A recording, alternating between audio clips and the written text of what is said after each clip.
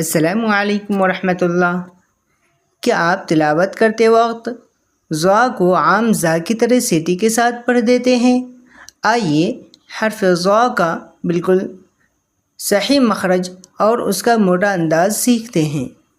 حرف ضا کا مخرج وہی ہے جو ثا اور ذال کا ہے، یعنی زبان کی نوک اور ثنائے علیٰ کا کنارہ۔ لیکن یاد رکھیے کہ ضا کو ادا کرتے وقت زبان کا پچھلا حصہ اوپر تالوں کی طرف اٹھ جاتا ہے تاکہ آواز موٹی ہو جائے۔ چنانچہ زبان کی نوک کو دانتوں کے کناروں پر نرمی سے رکھیں اور زبان کا پچھلا حصہ اوپر تالوں کی طرف اٹھائیں تاکہ آواز بھاری ہو جائے، جیسے اوز، ضو، ضی، ذو۔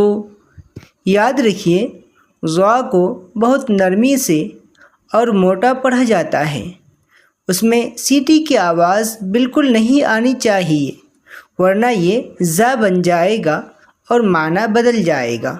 تجوید کی ایسی ہی معلوماتی ویڈیوز کے لیے ہمارے چینل دی نیکسٹ ٹاکس کو سبسکرائب کریں۔ جزاکم اللہ خیرا۔